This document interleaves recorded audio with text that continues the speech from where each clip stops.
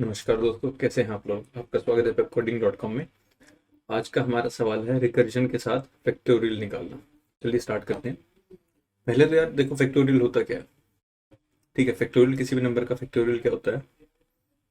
मान लीजिए मुझे 5 का फैक्टोरियल निकालना है, तो इसका मतलब होता है कि एक तक उसके सारे नंबर, जितने भी नंबर उससे पहले आ रहे हैं उनके साथ उसका मल्टीप्लाई, यानी कि 5 × 4 गुना 3 गुना 2 गुना 1। ये आपका फैक्टोरियल हो गया 5 का।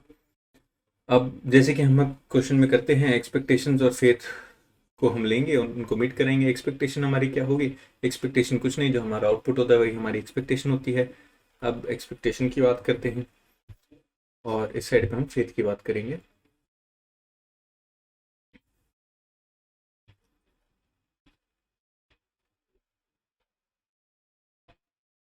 फेथ की बात की हमने, एक्सपेक्टेशन और फेथ की। तो यार एक्सपेक्टेशन क्या होगी, हमारा फंक्शन, अगर मैं कोई फंक्शन बना रहा हूँ जो कि फैक्टोरियल देगा मुझे, तो मेरी एक्सपेक्टेशन जो कि मेरा आउटपुट होगा, यानी कि मैं उससे एक्सपेक्ट करूंगा ये मुझे 5 × 4 × 3 × 2 × 1 ला के दे, ये मुझे रिटर्न कर दे ये वैल्यू। ठीक है, इसका जो भी रिजल्ट है ये मुझे रिटर्न कर दे वी।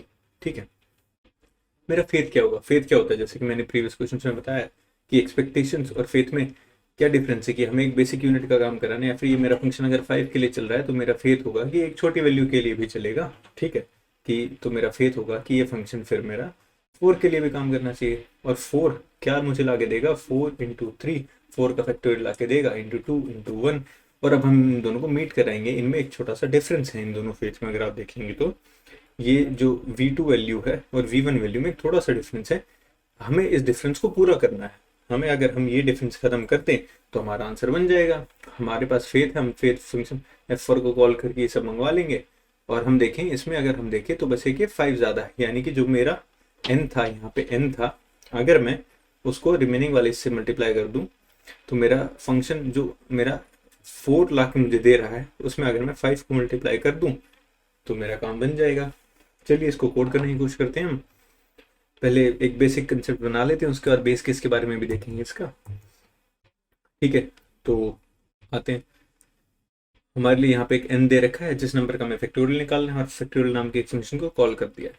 तो पहले तो मैं क्या करूँगा, मैं एक वैल्यू ले लूँगा, इंट मैंने v ले ली, जो कि फैक्टोरियल, इसको कॉपी कर लेते हैं यार,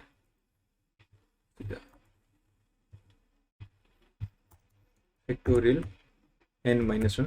मुझे यार n-1 के लिए एक v के नाम से वैल्यू ला के दे देगा।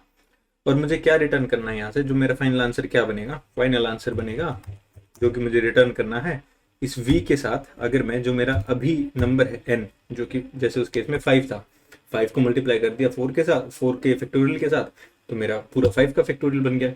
तो ये मैं रिटर्न कर दूंगा यहाँ से। ठीक है, अब इसमें एक मेरा थोड़ा सा कोड बेस केस अभी बाकी है, तो हम वो और बनाने की कोशिश करते हैं कि कैसे बनेगा।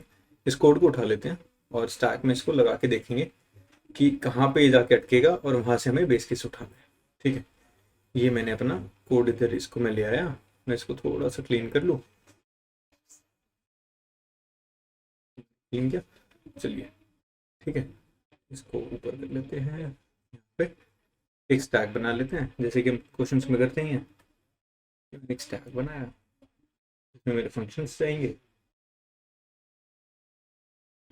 ठीक है, इधर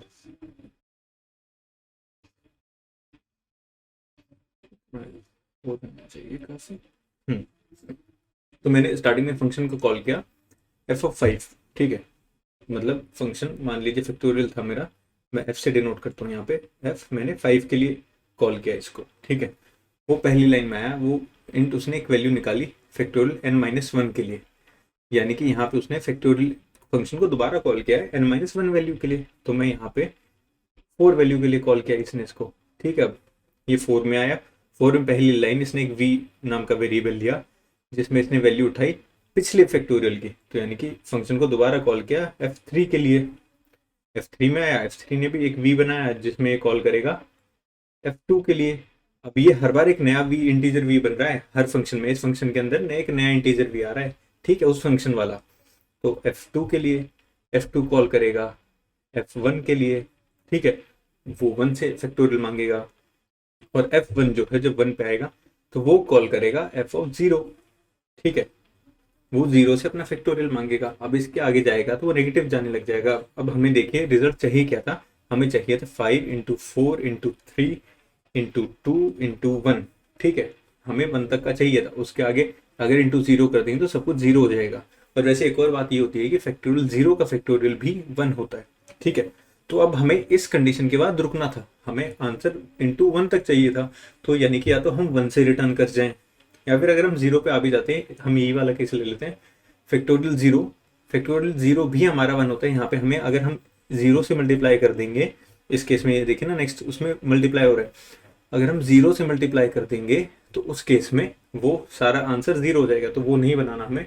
उस केस में हम क्या करेंगे, मैं कहता हूँ कि अगर यार मैं 0 पे पहुंच गया ना, तो वहां से मैं क्या वैल्यू रिटर्न कर दूंगा, 1 वैल्यू रिटर्न कर दूंगा, ठीक है, बेस केस, क्योंकि हमारा फैक्टोरियल ऑफ 0 भी एक्चुअली 1 ही होता है, ये मैथमेटिकली है। फैक्टोरियल ऑफ 0 यहाँ से अब 1 रिटर्न होगा, तो ये आएगा फैक्टोरियल ऑफ 1 में।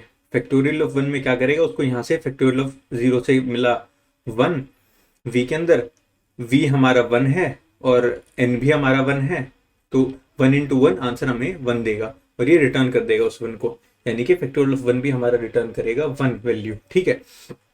अब हमें फैक्टोरियल ऑफ 2 में आया वो, फैक्टोरियल ऑफ 2 में अब उसको यहाँ से फैक्टोरियल ऑफ 1 के यहाँ से 1 मिला है इस v के अंदर, 1 रिसीव किया है, 1 v है, n हमारा 2 है, 1 इंटू 2 करेगा, 2 भेजेगा यहाँ से वो 2 भेजेगा फैक्टोरियल ऑफ 3 के अंदर, ठीक है। फैक्टोरियल ऑफ 3 ने इसको 2 रिसीव करेगा, उसके जब फैक्टोरियल ऑफ 3 के अंदर आएगा, पहली लाइन उसने ये वाला पार्ट एग्जीक्यूट कर लिया है, यहाँ से उसको रिटर्न मिला 2, वो इस v में आया और वो रिटर्न कर देगा v इंटू एन, एन यहाँ पे 3 है, 2v है, तो 2 इंटू 3 वो 6 रिटर्न कर देगा फैक्टोरियल ऑफ 4 में। वो फैक्टोरियल ऑफ 4 के पास आएगा, फैक्टोरियल ऑफ 4 अब उसे फैक्टोरियल ऑफ 4 में जब वो घुसेगा तो पहली लाइन एग्जीक्यूट का ये पार्ट एग्जीक्यूट हो चुका है, factorial of n-1 factorial of 3, जो कि उसको 6 देगा, वो 6 इस v के अंदर आएगा उसके, और 6 इंटू 4 24 रिटर्न करेगा यहाँ से फैक्टोरियल ऑफ 5 में। अब वो फैक्टोरियल ऑफ 5 में जाएगा, फैक्टोरियल ऑफ 5 की भी ये वाला पार्ट एग्जीक्यूट हो चुका है, जहां से उसे फैक्टोरियल ऑफ 4 से 24 मिला है, और ये 24 वो उसके v में डालेगा, ठीक है, और 24 अब v है और n हमारा 5 है, 24 इंटू 5 ये मेन में, क्योंकि मेन में इसको कॉल किया गया था, तो 120 रिटर्न कर देगा 24 इंटू 5 से मल्टीप्लाई करके, ये हमारा आंसर आना चाहिए। तो हमने देखा बेस कंडीशन क्या होगी, हमारी बेस कंडीशन हमारी थी कि अगर f(0) आ जाए तो मैं वहां से 1 रिटर्न करूं। तो हम इसको कोड में लिखते हैं अपने, इफ n इक्वल टू 0, यानी कि अगर n हमारा 0 हो गया तो उस केस में भाई वहीं से लौट जाना एक वैल्यू लेके, वो आगे वाली इन दो लाइंस में int v equal two factorial इनको नहीं परफॉर्म करेगा, रिटर्न कर जाएगा उस फंक्शन में, वहीं से रिटर्न कर जाएगा 1 वैल्यू के साथ, 1 वैल्यू देगा। हम इंट मेन में आए, हमने फैक्टोरियल से अब फैक्टोरियल n किया था, n फैक्टोरियल भी कुछ दे रहा होगा वैल्यू, वो हमने सी आउट कर दी, इधर हम सी आउट में उसको रिसीव करके और प्रिंट कर रहे हैं। रन करके देखते हैं यार, इसे एक्सेप्ट हुआ है, सबमिट करेंगे, चल जाना चाहिए, चल गया यार। बस मेन कंसेप्ट यही है कि तुम्हें एक्सपेक्टेशन और फेथ बनानी आनी चाहिए। एक्सपेक्टेशन कुछ नहीं, हमारा फाइनल आउटपुट है, फेथ है कि अगर हमारा फंक्शन एक पर्टिकुलर वैल्यू के लिए चल रहा है जो हमारा आउटपुट चाहिए, तो उसे एक छोटी वैल्यू के लिए आप फेथ ले लो, उनके बीच का जो डिफरेंस है वो फंक्शनिंग या फिर वो जो डिफरेंस है वो हमें उस पार्ट में कोड करके और फेथ वाला फंक्शन कॉल कर दो, इतना सा रिकर्जन का फंक्शन है, आपका चल जाएगा। मैं होप करता हूँ यार आप लोगों को समझ आया होगा, मजा आया होगा। मिलते हैं अगली वीडियो में, मजे करो, पीस आउट।